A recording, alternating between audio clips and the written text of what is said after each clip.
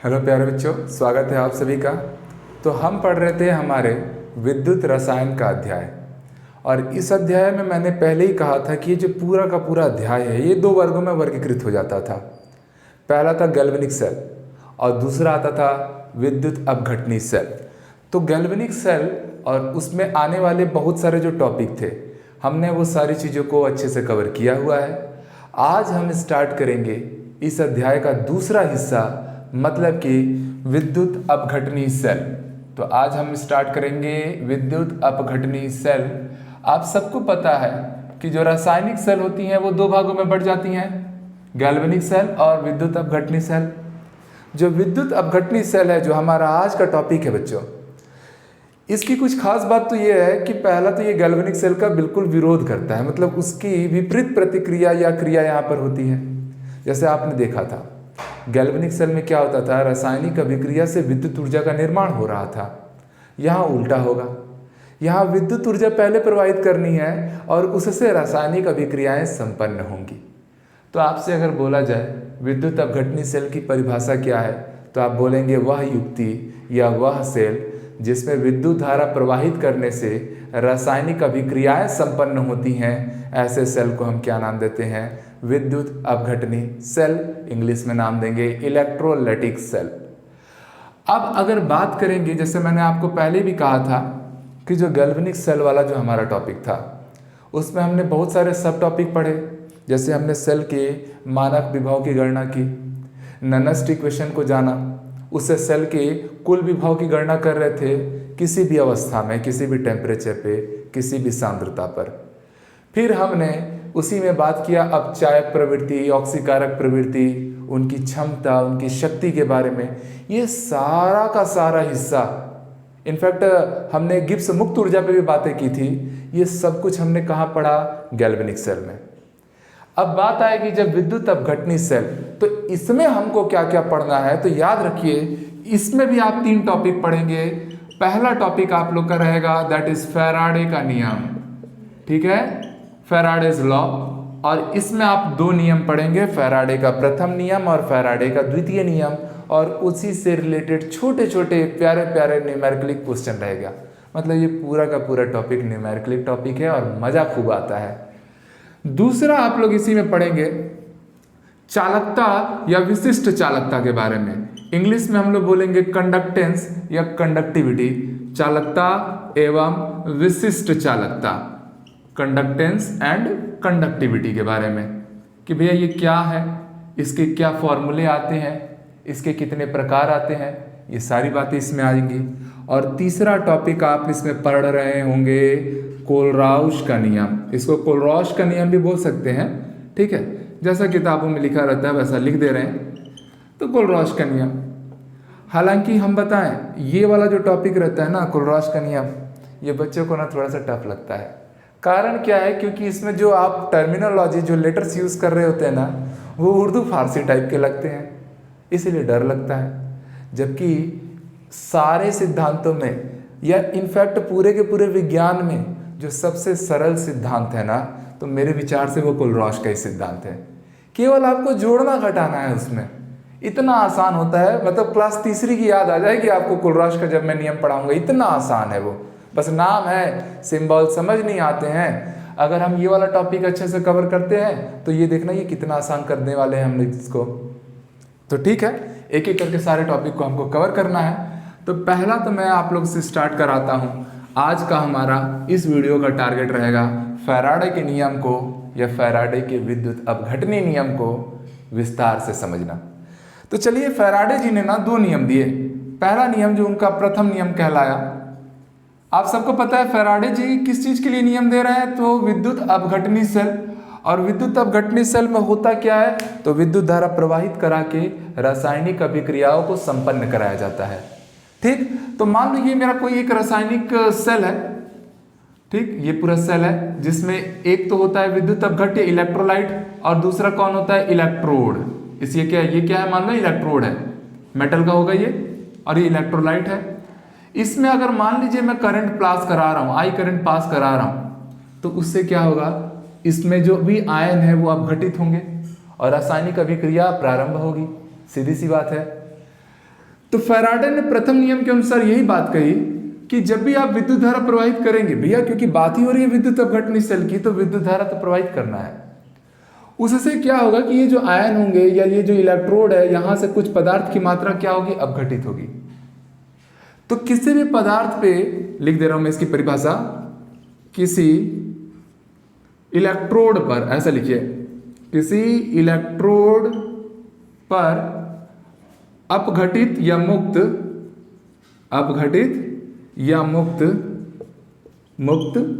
पदार्थ की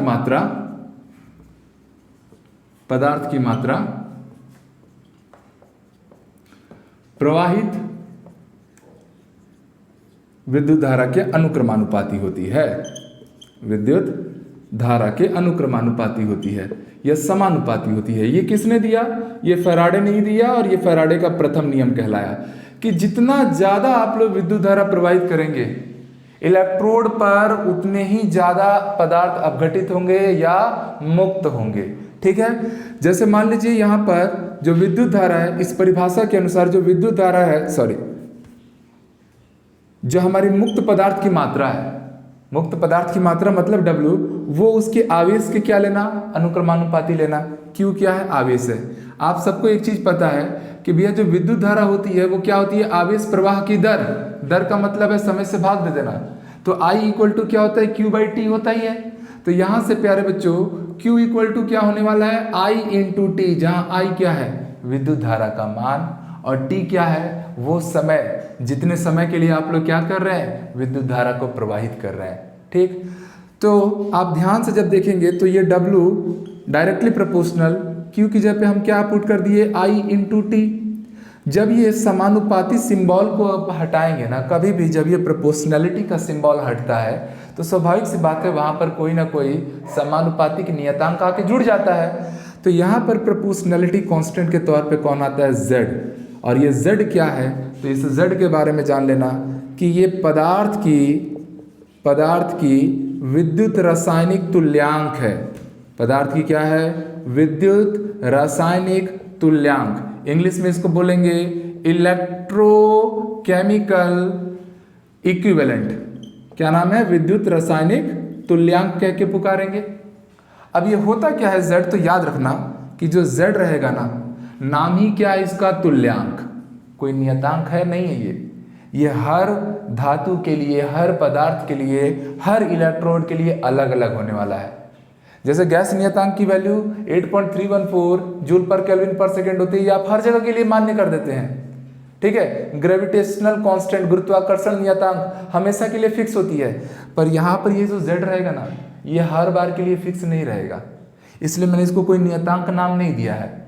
ये हर धातु के लिए अलग अलग आएगा। कैसे अलग अलग आएगा, क्योंकि जो Z का मान होता है ना, वो वास्तव में आता है तुल्यांक भार। क्या होता है, तुल्यांक भार डिवाइडेड बाई 1 फैरेड का आवेश। और 1 फैरेड का आवेश आप सबको याद आ रहा होगा 96,500 कूलम आता है। तो ये है आपके Z की वैल्यू। कैसे लाना है, उस धातु का या उस इलेक्ट्रोड का तुल्यांक भार बटे में 96,500, ये करने से आप लोग का क्या आएगा, Z आएगा। अब स्वाभाविक सी बात है, तांबे का तुल्यांक भार अलग होगा, आयरन का अलग होगा, फेरस आयन का अलग होगा, तो फेरिक आयन का अलग होगा। इसीलिए मैंने बोला ना कि जो Z का मान है वो अलग अलग परिवर्तनशील हो सकता है, पर हाँ एक इलेक्ट्रोड के लिए तो फिक्स रहेगा। तुल्यांक भार को ही आप लोग एक और चीज जानते हैं कि जो तुल्यांक भार है वो वास्तव में कैसे निकालते हैं। तुल्यांक भार इंग्लिश में इसको इक्विवेलेंट मास बोलते हैं। और तुल्यांक भार कैसे आता है, तो याद रखिए बच्चों, अणु भार मोलर मास, अणु भार मोलर मास डिवाइडेड बाई आप क्या करते थे, n फैक्टर। और ये n फैक्टर क्या होता था, कुल आवेशों की संख्या। जैसे मान लीजिए हमसे बात कर रहा है FeSO4 है, और याद रखना हमेशा इलेक्ट्रोड लेना ना। FeSO4 में इलेक्ट्रोड में कौन रहेगा, आयरन, Fe मेटल को बस ध्यान रखना। तो मान लो आयरन का जो भी उसका परमाणु भार आ रहा होगा, अणु भार आ रहा होगा, डिवाइडेड बाई n फैक्टर मतलब कितना धन आवेश आया। कंफ्यूज मत हो, अभी जब हम सवाल लगाएंगे तो सारी चीज़ें आपको एक एक करके क्लियर हो जाएंगे। जैसे FeSO4 को अगर मैं ब्रेक करूं प्यारे बच्चों, तो आप मेटल पे जो 2 आवेश आएगा ना, उस आवेश को ही आप लोग क्या लेना, n मान लेना। तो अगर मैं यहाँ बोलूँ n का मान कितना आया, तो मैं समझ रहा हूँ कि +2 आया। n का मान कितना आ रहा है, 2 आ रहा है। +2 बोलो नहीं बोलो, 2 आ रहा है। तो ये सारी चीज़ें आप नोट कीजिए। ये है फैराडे का प्रथम नियम। ऐसे ही एक और नियम है फैराडे का द्वितीय नियम। दोनों को हम एक साथ सीख लेते हैं, उसके बाद फिर रिलेटेड क्वेश्चन लगाते हैं। तो आप इसको नोट कर लीजिए। चलिए, तो अब हम लोग फैराडे के दूसरे नियम पे भी जा देते हैं। फॉर्मूला को पहले सीखते हैं, फिर तो सवाल लगाएंगे तो भैया चीज़ें एकदम क्रिस्टल क्लियर तो होनी ही है। ठीक, तो क्या कहा था फैराडे चचा ने, तो आ जाइए फैराडे का द्वितीय नियम। ठीक, द्वितीय नियम, इस नियम में क्या बात हुई थी, तो इस नियम में विद्युत धारा को आपको नियत रखना है। ठीक, विद्युत धारा को नियत रखना है। इसका मतलब मैं क्या कहना चाह रहा हूं कि यदि समान विद्युत धारा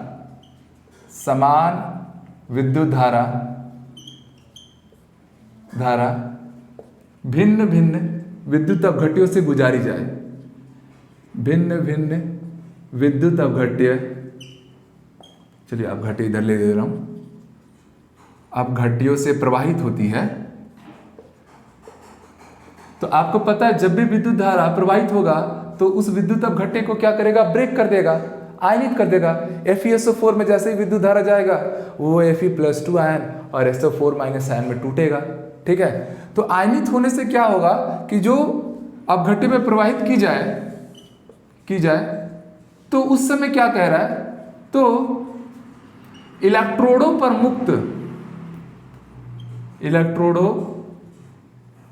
पर मुक्त पदार्थ की मात्रा, भाई पदार्थ तो अब मुक्त हो रहे हैं ना, आयन टूट के अलग अलग हो रहे हैं, तो पदार्थ की मात्रा मतलब W उनके तुल्यांक भार के अनुक्रमानुपाती होती है या समानुपाती होती है, तुल्यांक भार के समानुपाती होती है। ये था आपके फैराडे का द्वितीय नियम, किसके लिए, हमारे विद्युत अवघट्य के लिए। देख लेना, जैसे आप समझिएगा, मैंने कहा कि करंट क्या है, इस बार कांस्टेंट है। मेरे पास ना यहाँ पर 3 अलग अलग विद्युत अवघट्य हैं। ठीक है, 3 अलग अलग हमारे पास मान लीजिए सेल है, इसमें विद्युत अवघट्य भरा पड़ा है, सब में अलग अलग है, ये भी अलग अलग है। मान लो ये जिंक है। ठीक, तो ये कौन सा विद्युत अवघट्य रहेगा, ZnSO4 जिंक सल्फेट। ये मान लो कॉपर है, कॉपर का इलेक्ट्रोड है, तो ये क्या रहेगा फिर, कॉपर सल्फेट। ठीक, ये मान लो आयरन का इलेक्ट्रोड है, तो ये क्या बनेगा फिर मेरा आयरन सल्फेट FeSO4। अगर मान लीजिए मैं इन सब में से एक समान धारा प्रवाहित कराया, मतलब कि मैं 2 एम्पियर का धारा इसको दे रहा हूँ, ध्यान से समझना, मैं 2 एम्पियर की धारा इसको भी दे रहा हूँ और मैं 2 एम्पियर की धारा इसको भी दे रहा हूँ। तो जब समान विद्युत धारा अलग अलग विद्युत अवघट्यों से प्रवाहित होती है तो स्वाभाविक सी बात है कि इससे जो पदार्थ की मात्रा मुक्त होगी, क्या वो इसमें सेम होगी और इसमें सेम होगी क्या, तो स्वाभाविक सी बात है नहीं, क्योंकि इनकी क्रियाशीलता का स्तर अलग अलग है ना। तो इसमें प्रवाहित होने वाली या मुक्त होने वाली पदार्थ की मात्रा W1 है, इसकी फिर W2 आएगी और इसकी कितनी आएगी, W3 आएगी।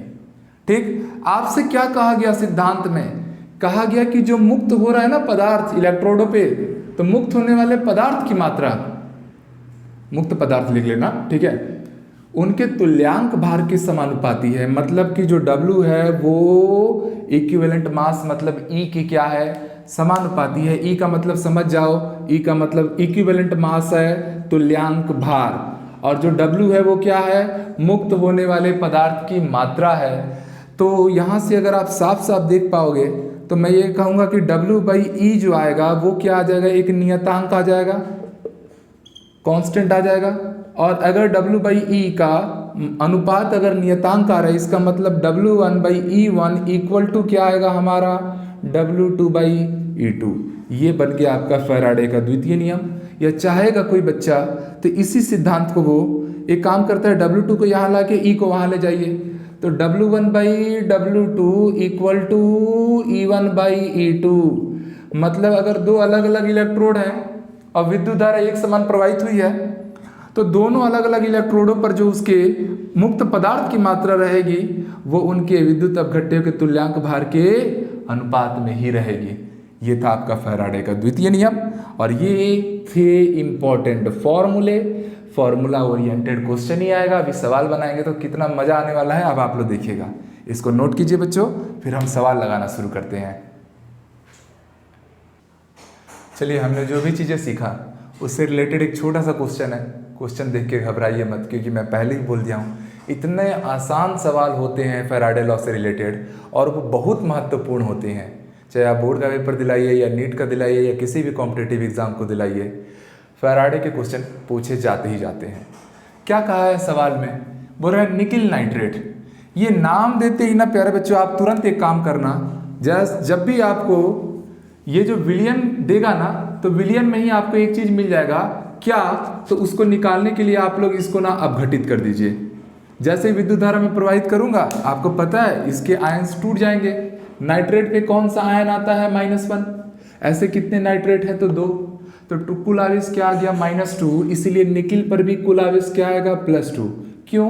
क्योंकि आवेश एक संरक्षित राशि है। शुरू में कितना आवेश दिख रहा था? 0। तो बाद में भी कितना होना चाहिए? 0।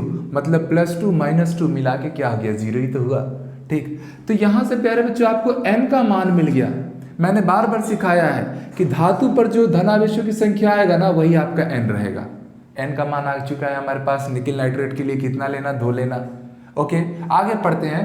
का विलियन प्लेटिनम इलेक्ट्रोड के मध्य अपघटित हो रहा है यदि 5 एम्पियर की धारा 20 मिनट तक प्रवाहित हो रही है। मतलब आपको देखो धारा का मान दे दिया कितना? 5 एम्पियर। आपको टाइम दिया है कितना मिनट? 20 मिनट। हमको तो भैया टाइम हमेशा सेकंड में चाहिए रहता है। 1 मिनट में होते हैं 60 सेकंड, इसलिए 20 मिनट में 60 का गुणा करा दीजिए। कितने सेकंड आ गए? 1200 सेकंड आ गए। टाइम को हमेशा सेकंड में लेना। आगे क्या कहता है? प्रवाहित की जाए तो कैथोड पर मुक्त होने वाली निकिल का द्रव्यमान ज्ञात करें। मतलब W की वैल्यू लानी है कि कितना मुक्त हुआ निकिल। निकिल का परमाणु द्रव्यमान तो ये होता है, ये सबको पता है, 58.7 ग्राम पर मोल। ये उसका परमाणु भार, परमाणु द्रव्यमान है। आपको बोल रहा है मुक्त होने वाली निकिल कि कितना निकिल इलेक्ट्रोलाइज्ड हुआ, डिसोसिएट या डिकम्पोज हुआ, आपको वो अमाउंट बताना है। तो हमने तो फैराडे का फर्स्ट लॉ पढ़ा है। क्या पढ़ा है? W = ZIT। फॉर्मूला याद आया? W = ZIT। आपको बस क्या करना है प्यारे बच्चों? Z लाना है। I की वैल्यू आपको पता है 5 एम्पियर। टाइम आपने ला रखा है 1200 सेकेंड। Z कैसे लाते हैं? तो चलिए, Z हमेशा क्या होता था? तुल्यांक भार डिवाइडेड बाई 96,500। ठीक, और तुल्यांक भार क्या होता था? तो वो होता था molecular mass divided by n factor. इस तुल्यांक भार की जगह पे हमने क्या रख दिया? अणु भार बटा n फैक्टर, और नीचे क्या आ रहा है? 96,500। तो एक काम कीजिए, आप रखिए तो अणु भार तो आपको दिया है, कितना दिया भैया? 58.7 डिवाइडेड बाई n फैक्टर आपने ला रखा है, कितना लाया है? 2 × 96500। ये किसका मान है? ये मान है Z का। हमें क्या चाहिए? हमें चाहिए W। W = क्या होता है? ZIT। Z की जगह पे हमने रख दिया 58.7 डिवाइडेड बाई 2 × 9600। ये तो Z हो गया। I कैसे लाना है? Z हमेशा लाने पे ध्यान देना ना। तुल्यांक भार बटा 1 फैरेड का आवेश, मतलब 96,500 रखना है। और तुल्यांक भार हमेशा कैसे लाते हैं? तो अणु भार divided by n factor. n factor आपको जो भी विलियन देगा वहां से मिल जाया करेगा, और जो अणु भार रहेगा या परमाणु भार रहेगा वो आपको सवाल में देगा, वो एज ए हिंट आपको देगा, और नहीं तो आपको याद भी रहना चाहिए। जैसे मैग्नीशियम का बोल देगा तो मैग्नीशियम का आपको देने की जरूरत नहीं है। आपको पता है मैग्नीशियम का परमाणु क्रमांक 12 और परमाणु भार 24 होता है। तो छोटी छोटी चीज़ों को तो याद भी रखना पड़ेगा। ठीक, एक बार मैं ऐसी क्लास ले रहा था तो मैंने मैग्नीशियम का दे दिया था क्वेश्चन। बच्चे इतने सवाल में खो जाते हैं ना कि छोटी छोटी बेसिक सी चीज़ें उनको याद ही नहीं आती है। अब वो मेरे से ये सवाल कर रहे हैं, सर मैग्नीशियम का आप परमाणु भार बताओ। अरे दादा, 12 का 24 ही तो होता है, 20 तक तो आप लोग याद करके ही रखते हो। चलिए कोई बात नहीं। आई की वैल्यू रखता हूँ मैं। आई दिया है 5 और ये है 1200 समय। तो इसको आप पूरा सॉल्व कीजिए, आपको सीधे इसका आंसर आने वाला है। और फाइनली इसका आंसर जब आप लोग सॉल्व कर लेंगे सब कुछ रखने के बाद, तो 1.82 ग्राम इतना आपका डिकम्पोज्ड या डिसोसिएटेड निकिल का अमाउंट आएगा। तो ऐसे ही सवाल रहेंगे फॉर्मूला ओरिएंटेड। इसको नोट करो, फिर एक दो सवाल और देखते हैं। चलिए दूसरा सवाल देख लेते हैं। बिल्कुल वैसा ही रहेगा ना, बस चीज़ें थोड़ी बहुत बदल गई होंगी। क्या दे रहा है, यदि कॉपर सल्फेट के विलयन में 2 एम्पियर की विद्युत धारा प्रवाहित की जाए तो कैथोड पर 1.27 ग्राम कॉपर मुक्त होने में लगे समय की गणना करना है। मतलब इस बार क्या किया है, इस बार आप लोग को W का मान दिया हुआ है, कैथोड पर ही हमेशा धातु मुक्त होगी, और वो कितना दिया है 1.27 ग्राम। और क्या दिया है आप लोग को, विद्युत धारा का मान भी दे दिया है, भैया कितना विद्युत धारा प्रवाहित हो रही है, 2 एम्पियर की विद्युत धारा प्रवाहित हो रही है। साथ ही साथ में आपको और कुछ दिया है क्या, भैया मास दिया है, धारा दिया है, समय की गणना करने बोला है। किसकी गणना करने बोला है, समय की। प्यारे बच्चे आप सबको एक बात पता है, आपने तो फॉर्मूला पढ़ रखा है कि जो W इक्वल टू होता है वो क्या होता है, ZIT। तो यहां से T कितना होने वाला है, तो W अपॉन Z इंटू आई होने वाला है। हमारा मुख्य काम क्या है, Z का मान लाना। और Z का मान कैसे लाते हैं, तो वो तो आप सबको आता है कि भैया Z इज इक्वल टू क्या होता है, तुल्यांक भार डिवाइडेड बाई कितना करना, 96,500। और तुल्यांक भार कैसे लाते हैं, तुल्यांक भार कैसे लाते हैं, तो पहले आप देखो आपको सॉल्यूशन किसका दिया है, कॉपर सल्फेट का। कॉपर सल्फेट कैसे टूटेगा, Cu+2 प्लस ऑफ SO4 -2, ठीक। तो अब यहीं से आप लोग n की वैल्यू तो ला लिए भैया, n की वैल्यू सीधे सीधे दिख गई ना, कितनी 2, ओके। n आ गया आपके हाथ में। तुल्यांक भार क्या होता है भैया, अणु भार डिवाइडेड बाई n, और बगल में 96,500 तो जो है सो है, सीधी सी बात है। तो आपको क्या कॉपर का भार दिया है क्या, अच्छा सवाल में दिया ही रहता है सामान्यतः, नहीं भी दिया है तो आपको याद होना चाहिए जी, कॉपर होता है उसका परमाणु भार 63.5 ग्राम पर मोल के आसपास हम लोग लेते हैं। तो भैया परमाणु भार की जगह पे कितना रख दिया, 63.5 डिवाइडेड बाई n का मान कितना आया है 2 इंटू 96,500। इसको सॉल्व मत करना ना, कभी भी आप याद रखिए कैलकुलेशन पार्ट को सवाल के बीच में नहीं सॉल्व करते, जो आया है उसको ला के यहाँ रखो, क्योंकि आपको टाइम चाहिए। तो टाइम इक्वल टू आपने क्या पढ़ा, W अपॉन Z इंटू आई। W की वैल्यू आपको सवाल में तो दी हुई थी, कितनी दी हुई है W की वैल्यू 1.27, ठीक है 1.27 डिवाइडेड बाई, नीचे में Z की जगह पे मैंने कितना रखा 63.5 डिवाइडेड बाई 2 इंटू 96,500 इंटू आई का मान कितना था बच्चों 2 एम्पियर था। तो ये जो नीचे वाला है ये पलटी मार के ऊपर आ जाएगा। तो फाइनली अब आपको मिलने वाला है 1.27 इंटू 2 इंटू 96,500, कोई दिक्कत, डिवाइडेड बाई नीचे क्या बच रहा है, तो यह है 63.5 गुणित ये कितना हो गया 2 हो गया। तो ध्यान दीजिए ये दो तो कैंसिल हो गया, कोई टेंशन ही नहीं है। ये जो 63.5 है ना, अगर मैं इसका दुगना करता तो 127 आता, कितना आता 127 आता। मतलब इस 63.5 से इस 127 को अगर मैं सीधे सीधे काटूं तो ये 0.02 में चले जाएगा, वेरी इजी। अब 0.02 में चले गया, उसका आप सीधे सीधे इससे गुणा करा दीजिए, तो 10 की पावर -2, ये 2 जीरो तो खत्म हो गए। 965 में आप 2 का गुणा करा रहे हैं, तो ये हो गया 2 5 10, 2 6 12, 13, 2 9 18, 1930 सेकेंड। कितना आया 1930 सेकेंड। अगर इसी को मुझे घंटों में या मिनट में कन्वर्ट करना रहता, तो 60 से भाग दे दीजिए, क्योंकि 1 मिनट में 60 सेकेंड होते हैं। तो 1930 मिनट में अगर मैं इसको 60 से भाग दूंगा तो ये मेरा 32.1 मिनट के आसपास या 1930 सेकेंड के आसपास आपका क्या आ गया आंसर। तो पहले सवाल में आपको आई और टी का मान दिया हो रहता था, आप लोग द्रव्यमान लाते थे। इस बार द्रव्यमान दिया हुआ था, आई का मान दिया हुआ था, आपने क्या लाया, समय लाया। तो ऐसे ही फॉर्मूले को असम्बल कर करके आपसे अलग अलग सवाल पूछेगा, पर रहेगा बहुत आसान सवाल। और फॉर्मूला क्या लगेगा, तो फॉर्मूला तो हमने जो पढ़ा था कॉन्सेप्ट में वही लगेगा। जल्दी से इसको भी नोट कीजिएगा। चलिए बच्चे एक और तीसरा सवाल हम लाए हैं, और ये सवाल ना थोड़ा सा सीखने लायक होने वाला है। क्या खास है इस सवाल में, तो क्या कहता है कि सिल्वर नाइट्रेट है कि विलयन में 2 एम्पियर की धारा 3 घंटों तक प्रवाहित की जा रही है, ठीक। तो भैया पहला काम तो आप वही कीजिए, पूरा सवाल तो हम एक बार पढ़ते भी नहीं है। सिल्वर नाइट्रेट ये वर्ड बोलते ही आप एक काम कीजिए, इसको ब्रेक कर दीजिए। तो भैया ये मर्क्यूरी का आयन अलग हो गया और नाइट्रेट आयन अलग हो गया। हमें यहाँ से सीधे सीधे N का मान मिल चुका है और वो कितना मिल चुका है, 2 मिल चुका है जो आवेश आया। आपको धारा का मान दिया हुआ था कितना, 2 एम्पियर। समय दिया गया था क्या, 3 घंटे। और आपको पता है कि 1 घंटे में होते हैं 60 मिनट और 1 मिनट में होते हैं 60 सेकेंड, मतलब 3 × 3600 सेकेंड आपको करना है, क्योंकि समय को आप लोग हमेशा किस में लेंगे, सेकेंडों में लेंगे, घंटों में मत लीजिएगा। अब आगे देखिए क्या कहता है कि प्रवाहित करने से अपघटित जो हमारा मर्क्यूरी है, पारा, उसके मोलों की संख्या ज्ञात करने कह रहा है।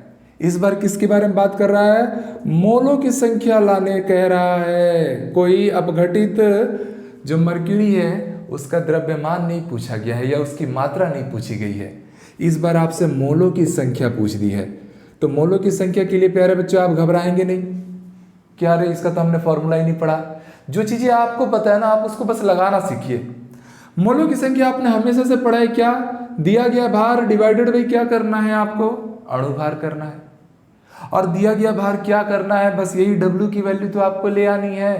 अणुभार जो मर्क्यूरी है वो तो आपको 200.6 दिया ही है। तो अब हमारा मेन टारगेट है W लाना। और W कैसे लाते हैं तो सबको पता है, Z × I × T करके। Z कैसे आता है तो Z आता है तुल्यांक भार बटा 96,500। तो बटे में तो मैंने 96,500 तो लिख दिया। तुल्यांक भार लाना है, किसका तुल्यांक भार, धातु का तुल्यांक भार। पूरे के पूरे आप लोग मर्क्यूरिक नाइट्रेट का तुल्यांक भार मत लाने जाना, उसमें जो मर्क्यूरी है ना, जो धातु है, मुझे केवल उससे मतलब है। तो उसका आपको परमाणु भार दिया हुआ है, कितना दिया हुआ है, 200.6। आसान। आपका n फैक्टर तो हमेशा नीचे आएगा ना, क्योंकि आपको अणु भार नहीं लेना है, आपको तुल्यांक भार लेना है। और तुल्यांक भार क्या होता है, अणु भार डिवाइडेड बाई n फैक्टर। और नीचे में 96,500 तो था ही। बगल में आप लोग का क्या है, I का मान कितना है, 2 एम्पियर। और आपको टाइम दिया हुआ था 3 × 3600 सेकेंड। ये आप लोग का क्या आया, W का मान। पर मेरे प्यारे बच्चों, मैंने बार बार आपसे ये रिक्वेस्ट की है कि कभी भी इसको लगना सॉल्व मत करने कि इसको सर कैंसिल कर रहे हैं, 2 कैंसिल कर रहे हैं। कभी भी कैलकुलेशन काम आपको बीच में तो करना ही नहीं है। क्यों नहीं करना है, क्योंकि सवाल अपने आप को ना कैंसिल करेगा ही और आपके लिए कैलकुलेशन वर्क इजी होने ही वाला है। ठीक, तो आप एक काम कीजिए, आप यहाँ पर सॉल्व करने मैथमेटिक्स लगाने मत जाइए, नहीं तो आप सवाल की जो विचारधारा है उससे भटक जाएंगे। जो केमिस्ट्री और जो साइंस चल रही है वो गायब हो जाएगी, मैथ्स चले जाओगे। तो मैथ्स को रखो यार लास्ट में सॉल्व करने के लिए। आपका मुद्दा क्या है, आपको मोलों की संख्या लानी है। किसकी संख्या लानी है, मोलों की संख्या। और मोलों की संख्या कैसे लाते हैं, तो वो होता है दिया गया भार बटे में अणुभार। हमेशा से आप ये जानते हैं, दिया गया भार इतना बड़ा दिया गया भार है, तो यहाँ पे मुझे नंबर ऑफ मोल्स, ये n को, चलो मैं इसको कैपिटल N बोल दे रहा हूँ क्योंकि मैं इसे यहाँ पर स्मॉल n मान लिया था, इसलिए इस बार मैं मोलों की संख्या को क्या मान ले रहा हूँ, कैपिटल N। आपको W का मान तो पता है क्या है, 200.6 गुणित 2 गुणित 3 गुणित 3600 डिवाइडेड बाई क्या था ये, 2 × 96500। बड़ा होने दो कैलकुलेशन को, कोई टेंशन नहीं है, ये है केवल W का मान। नीचे में क्या आता है, अणुभार। किसका अणुभार, क्या पूरे के पूरे सिल्वर नाइट्रेट का। तो बार बार यही सवाल इसीलिए मैंने आपको दिया कि कभी भी जब आप लोग मोलों की संख्या या कुछ भी ला रहे हैं, एक बार ये जब विद्युत अपघट्य हो गया तब हमें केवल व केवल इलेक्ट्रोड से मतलब है। इलेक्ट्रोड मतलब क्या, धातु। तो सिल्वर नाइट्रेट में धातु कौन है, मर्क्यूरी। तो इस पूरे का आपको अणुभार लेने की जरूरत नहीं है, केवल मर्क्यूरी की अणुभार लेने की जरूरत है, जो कितना दिया है, 200.6 ग्राम। तो ये 200.6 ग्राम। अब देखो कैलकुलेशन कितना आसान हो चुका है। ये 200.6, ये 200.6 सीधे कैंसल, ये दो सीधे कैंसल, ये 2 जीरो, यहाँ के भी 2 जीरो सीधे कैंसल। तो यहाँ से अब आप लोग जब मोलों की संख्या लाएंगे तब मोलों की संख्या आप लोग को दिख रही होगी 3 × 36 डिवाइडेड बाई 965। फाइनली जब इसको सॉल्व किया जाएगा तो ये 0.112 मोल के आसपास आप लोग का आंसर आने वाला है।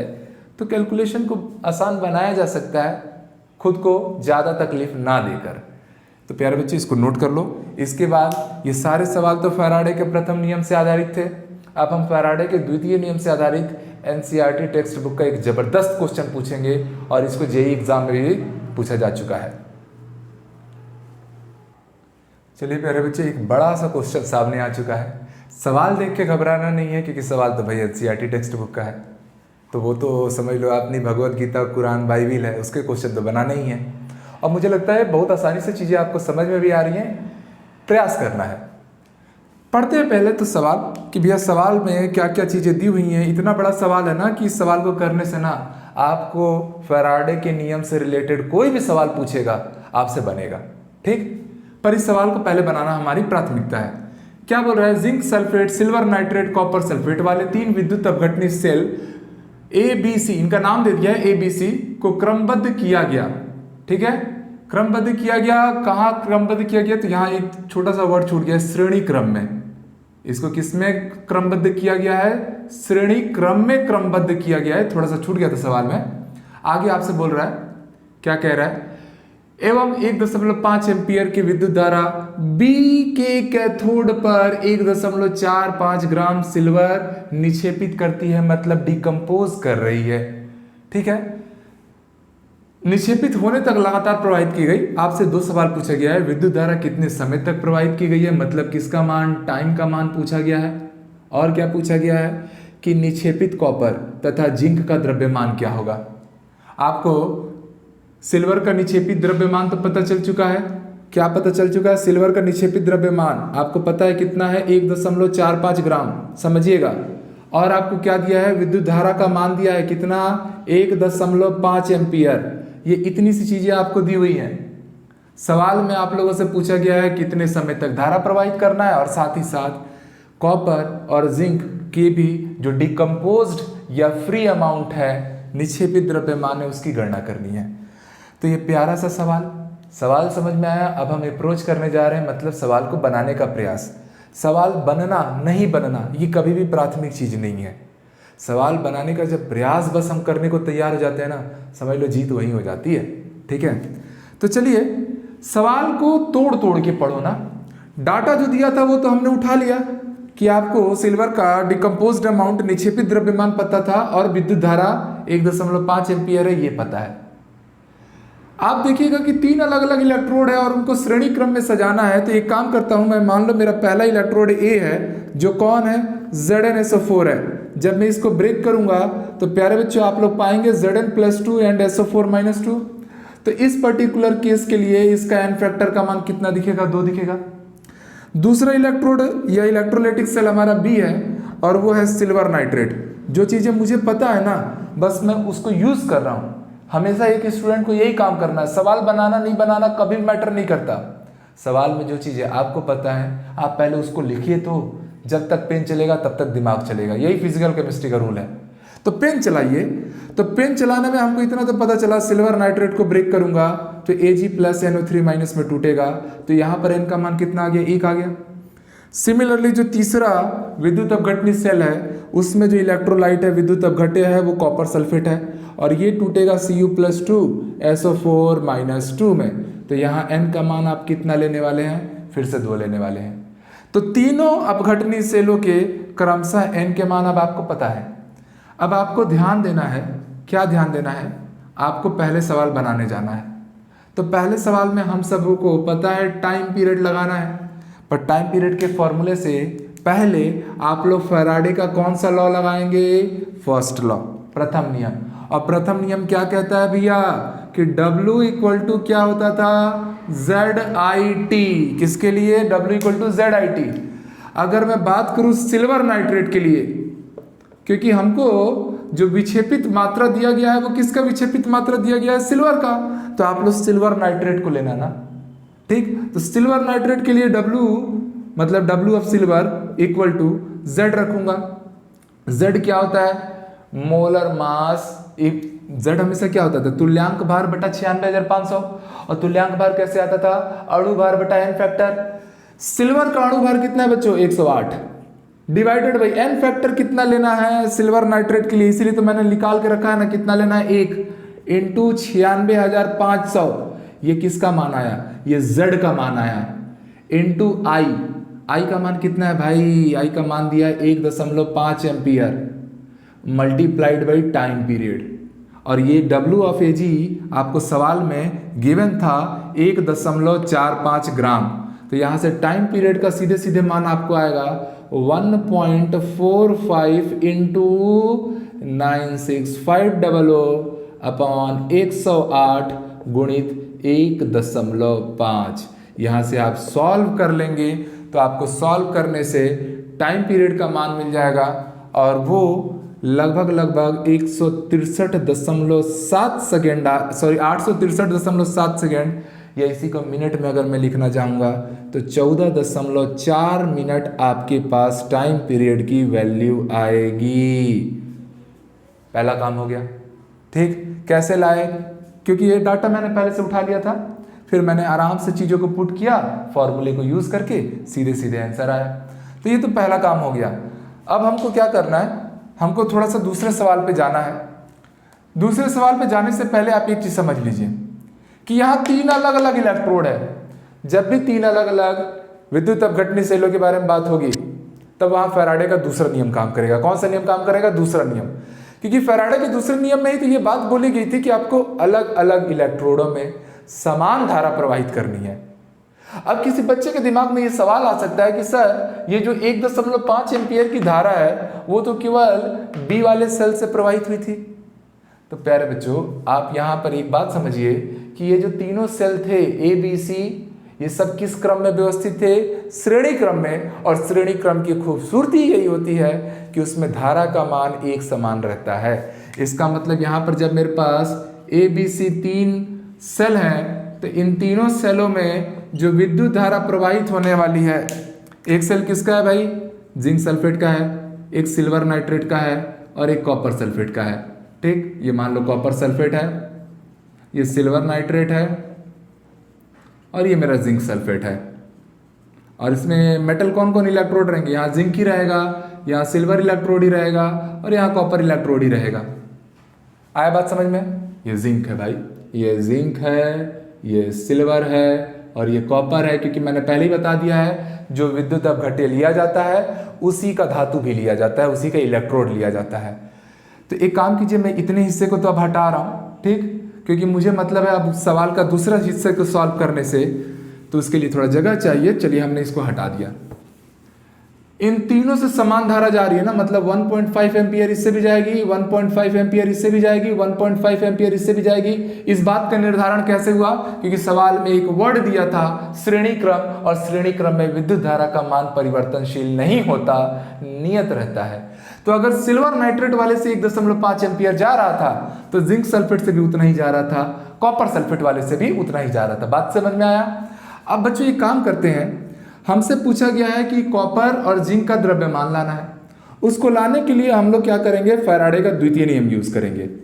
और फैराडे के द्वितीय नियम के अनुसार आपने ये बात पढ़ी रखी है कि भैया W1/W2 इक्वल टू होता था E1/E2। W1/W2 equal to E1/E2। W1 की जगह पे मान लो मैंने मास ऑफ Ag लिया अपॉन यहाँ मैंने मास ऑफ कॉपर ले लिया, इक्वल टू इक्विवेलेंट मास भी किसका आ जाएगा, Ag का, डिवाइडेड बाई इक्विवेलेंट मास किसका आएगा, कॉपर का। आया समझ में। रखिए डाटा को, W ऑफ Ag आपको दिया था, कितना दिया था सवाल में, 1.45 ग्राम, ठीक है, 1.45 ग्राम। मास ऑफ कॉपर आपको चाहिए, इक्विवेलेंट मास ऑफ Ag चाहिए। तो इक्विवेलेंट मास ऑफ Ag जो था वो AgNO3 था ना। AgNO3 में आप सबको पता है एन फैक्टर कितना आया था, 1 आया था, ठीक। ZnSO4 में एन फैक्टर कितना आया था, 2 आया था। और कॉपर सल्फेट में भी एन फैक्टर कितना आया था भैया, 2 आया था। ये बात को याद रखना, अभी तो हम लोग लाए थे। तो यहाँ पर Ag के लिए उसका परमाणु भार गिवन है कितना, 108 डिवाइडेड बाई एन फैक्टर। तुल्यांक भार ले रहे हैं ना, तुल्यांक भार क्या होता है, अणु भार या परमाणु भार divided by n factor. N factor कितना हो गया, 1। नीचे कॉपर के लिए आओ, कॉपर का परमाणु भार कितना दिया है, 63.5, और उस समय उसका एन फैक्टर कितना आ रहा है, कॉपर सल्फेट के केस में 2 आ रहा है, डिवाइडेड बाई 2। क्यों किया, कैसे किया, समझ में आया। अब यहाँ पर आप चीज़ों को सॉल्व कीजिए तो आप पाएंगे 1.45 गुणित 63.5/2 गुणित 108, ये आया मेरा मास ऑफ कॉपर। तो कॉपर धातु का जो निक्षेपित मात्रा आ रहा है वो निक्षेपित मात्रा को अब आप लोग आराम से ला सकते हैं, और ये निक्षेपित मात्रा आप लोग की लगभग सॉल्व करने पे 0.43 ग्राम के आसपास आ रही है। आया समझ में? चीज़ें आसान थी। ठीक, अब एक बार कॉपर का आ गया तो सेम यही काम किसके लिए कर लेना, यही फॉर्मूला किसके लिए लगा लेना, जिंक के लिए लगा लेना। जिंक का भी निक्षेपित मात्रा मिल जाएगी। कैसे? तो चलो लगा ही देते हैं फिर से जिंक के लिए। यहीं पर फिर से लगाता हूं मैं। ठीक, जिंक के लिए जा रहा हूं तो फिर मैं फिर से बोलूंगा mass of silver upon mass of zinc equal to क्या हो जाएगा, इक्विवेलेंट मास ऑफ सिल्वर, मतलब तुल्यांक भार सिल्वर का, और ये हो गया जिंक का तुल्यांक भार। ठीक, आसान है चीजें। तो यहां पर ये तो दिया था 1.45 किसका, सिल्वर का निक्षेपित मात्रा। जिंक की निक्षेपित मात्रा आपको लानी थी। सिल्वर का जो आपने तुल्यांक भार लिया वो 108/1 आया, मतलब 108 आया। जिंक का जब तुल्यांक भार लोगे तो जिंक का परमाणु भार कितना दिया है, 65, डिवाइडेड बाई n फैक्टर करना ना, क्योंकि ये परमाणु भार है और आपको मतलब है तुल्यांक भार से, और परमाणु भार तुल्यांक भार में क्या संबंध है ये मैंने आपको अच्छे से क्लियर कराया है। ठीक, ये पता भी है चीजों को तो हमको।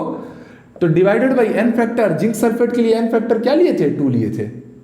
तो ये हो जाएगा 1.45 upon W of Zn equal to 108, ये 2 पलटी मार के ऊपर आ जाएगा, डिवाइडेड बाई 65।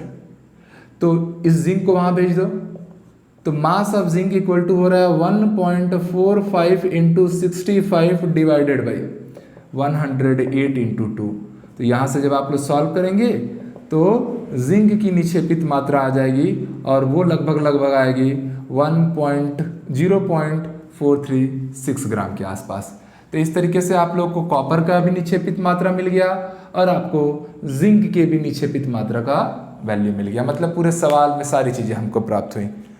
तो यही था आप लोग का फैराडे का जो अपघटनी नियम है वो, और उससे आधारित फॉर्मूले, और उससे आधारित हमारे प्रश्न। तो होप सो ये सारी बातें आपको सही से समझ में आई होंगी बच्चों। इससे रिलेटेड सवालों को आप प्रैक्टिस कीजिए अपने घरों में, और ऐसे सवाल जरूर पूछे जाते हैं। तो ठीक है, अच्छे सवाल देखो, मैं जो रहते हैं ना सेलेक्टिव क्वेश्चन जो अच्छे क्वालिटी के होते हैं, अलग अलग एग्जाम्स में आए हुए रहते हैं, मैं उनको अब वीडियो में तो करा देता हूँ, पर मैं फिर भी कहूँगा कि आपको बहुत सारे सवाल खुद से प्रैक्टिस और करने हैं, क्योंकि प्रैक्टिस आपको परफेक्ट बनाती है ना, कॉन्फिडेंस लाती है अंदर। तो प्रैक्टिस करो, साथ में चलते रहो, सवाल लगाओ, हर सवाल अब आपसे बनेगा। ठीक है, तो मिलते हैं अगले वीडियो में नए इन्फॉर्मेशन के साथ। तब तक के लिए जय हिंद।